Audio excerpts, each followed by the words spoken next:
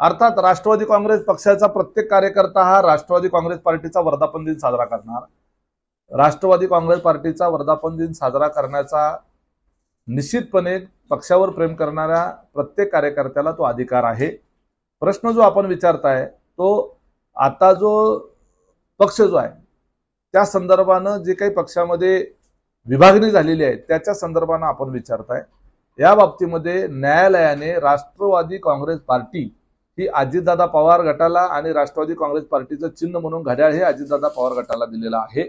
आणि जरी ती बाब न्यायप्रविष्ट असली तरी सुद्धा आज रोजी शरद पवार गटाकडे राष्ट्रवादी काँग्रेस पार्टी हे नाव नाही, त्यांच्याकडे राष्ट्रवादी काँग्रेस पार्टी शरदचंद्र पवार हे स्वतंत्र वेगळं नाव दिलेलं आहे आणि त्यांना चिन्ह देखील तुतारी हे वेगळं चिन्ह दिलेलं आहे। त्यामुळं ज्या दिवशी त्यांना हे नाव आणि चिन्ह मिळालं त्याचा जो काही दिवस असेल तो पुढच्या वर्षी कदाचित तो दिवस येईल आणि त्यामुळे त्यांना तो पहिला वर्धापन दिन साजरा करण्याचा निश्चित अधिकार आहे। 25वा वर्धापन दिन रौप्य महोत्सवी वर्धापन दिन साजरा करण्याचा अधिकार मात्र निश्चितपणे आम्हाला आहे आणि अजितदादा पवार यांच्यावर प्रेम करणारा प्रत्येक महाराष्ट्रातला पक्षावर प्रेम करणारा कार्यकर्ता हा वर्धापन दिन उत्साहामध्ये साजरा करेल। मात्र 1999 साली शरद पवारांनी या पक्षाची स्थापना केलेली होती आणि न्यायप्रविष्ट असताना त्यांनी जर कधी तो वर्धापन दिन साजरा केला तर त्याबाबत तुमचं काही ऑब्जेक्शन असणार आहे?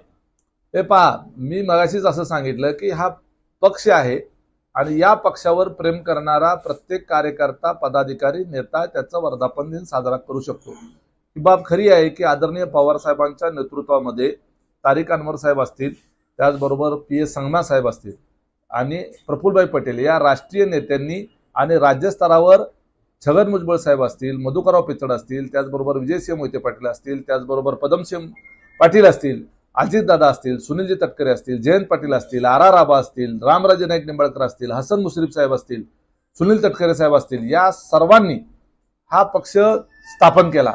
आज जे समोरच्या पक्षाकडे राष्ट्रीय स्तरावरच्या कार्याध्यक्ष आहेत त्या पक्ष स्थापनेच्या वेळेला संस्थापक म्हणून नव्हत्या।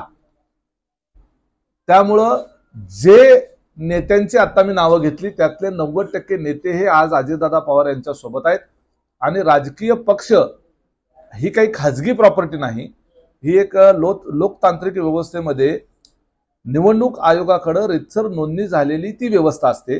राजकीय पक्ष जर खाजगी प्रॉपर्टी असती तर दुय्यम निबंधक कार्यालय सब रजिस्ट्रार ऑफिसकडे त्याची नोंदणी झाली असती।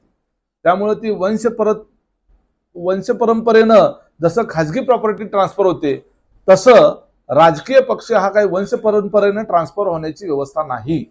लोकशाही प्रक्रियेमध्ये ज्याच्याकडे बहुमत असतं त्या पक्षांतर्गत ज्याच्याकडे बहुमत आहे त्यांच्याकडे तो पक्ष जातो आणि निश्चितपणे बहुमत जे आहे ते अजितदादा पवार यांच्याकडे आहे। त्यामुळं वर्धापन दिनाच्या संदर्भानं निश्चितपणे त्या पक्षाच्या स्थापनेचा आम्हाला सर्वांना अभिमान आहे आणि त्या पक्षाचे आम्ही प्रेम करणारे सर्व कार्यकर्ते आहोत आणि 10 जूनला आम्ही त्या ठिकाणी मोठ्या उत्साहामध्ये राज्य स्तरावर आणि देश स्तरावर हा वर्धापन दिन आम्ही साजरा